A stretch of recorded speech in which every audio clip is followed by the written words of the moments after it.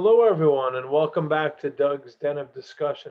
I apologize for the long delay between podcasts, but many of you know that I had a book launch last week, and so I've been taking up a lot of my time. And I wanted to thank you as well for um, the nice response that the book launch has received. So thank you so much for that. But Love in a Dying Town is obviously out there on Amazon, getting some nice reviews. So, but let's get out the podcast.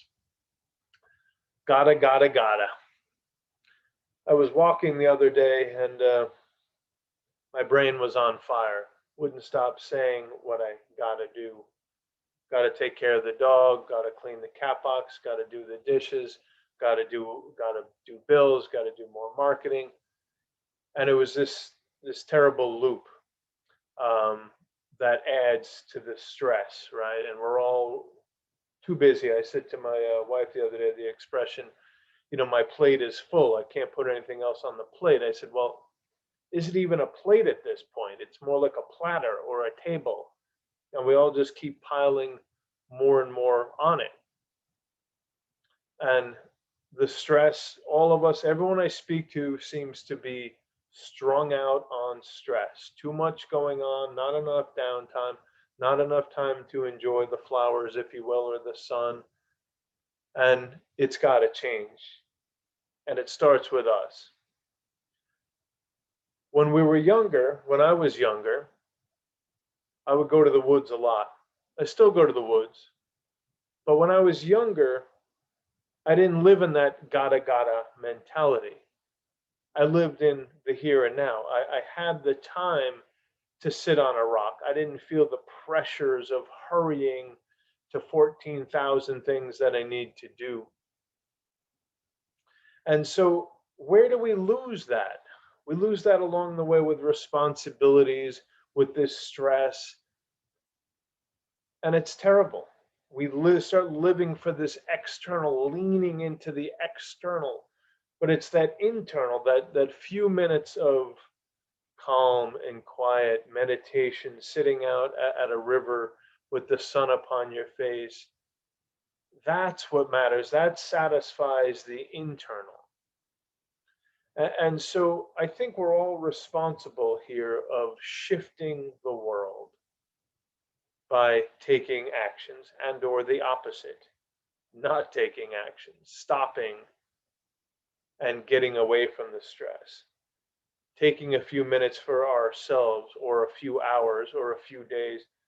I know people, and you probably do as well, who haven't had vacations in years. I know a guy who recently took a 2 week vacation, his first one in 5 years, and shut his phone off for 9 of those days. And he said, Doug, I got to tell you, it was the greatest thing I've ever done. It was the most cleansing, cathartic thing I've ever done, because it allows us to get back to ourselves, to get back to that simpler self.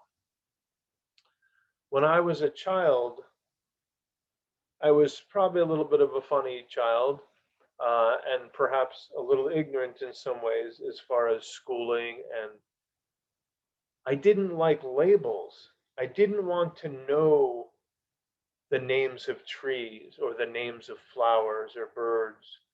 And in some ways, I deliberately kept myself ignorant. And it was a strange thing, but I understand now why.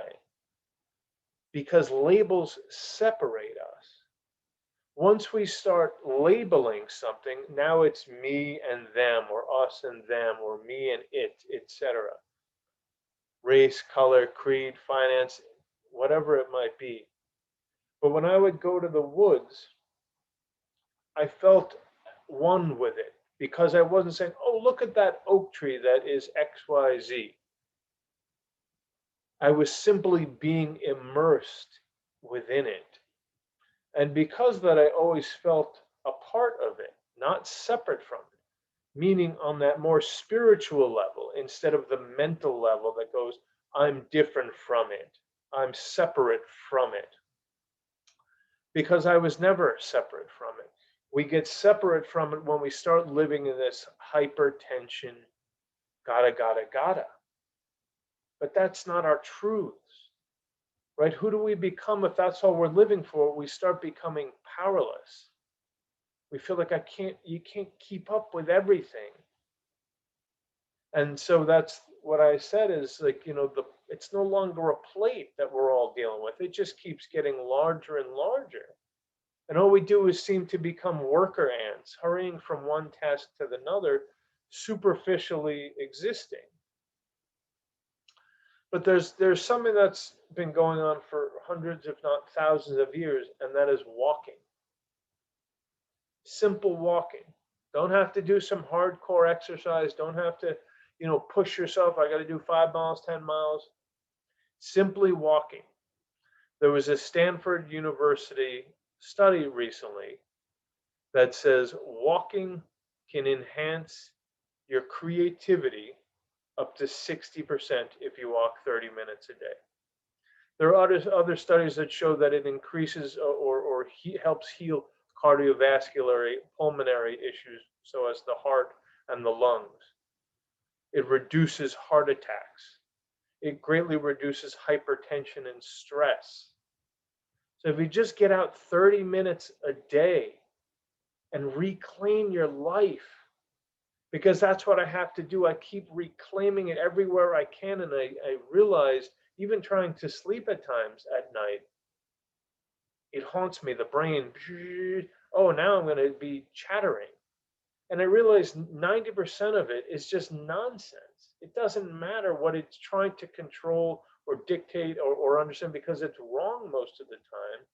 How many times have you kind of thought out a scenario with a person, or you think it's stressful, or you don't want to have a conversation with someone, or whatever it might be, and your brain is wrong? It's almost always wrong because it doesn't know what it's talking about.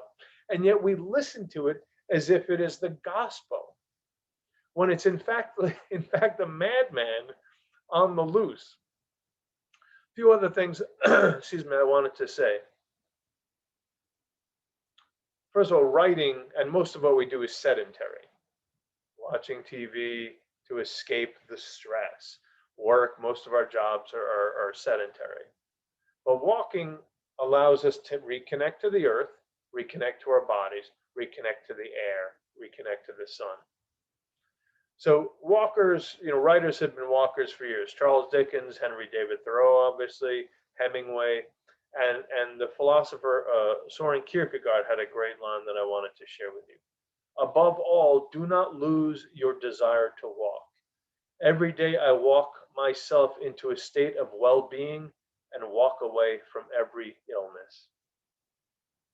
It is amazing how profound, that was the end of the quote. It is amazing how profound walking can be to stimulate thoughts, stimulate attention, and not to mention separate us from the busyness of it all. Getting into the simpler, going and looking at a lake. It's amazing when I go to the ocean or certain locations that's where I feel like the spirits are. You start relaxing, you start finding answers that you're not going to find in and day out stress. And I'm going to leave you with, we're all responsible for this busy, stressful world that we live in. And therefore, if we're responsible for it, part of the problem, we're also part of the solution. And the solution is to start shifting how we experience time, because so many of us living for the weekends aren't long enough. The stress starts again on Sunday, going into Monday, and we do it again, and it feels like we're on this never-ending treadmill.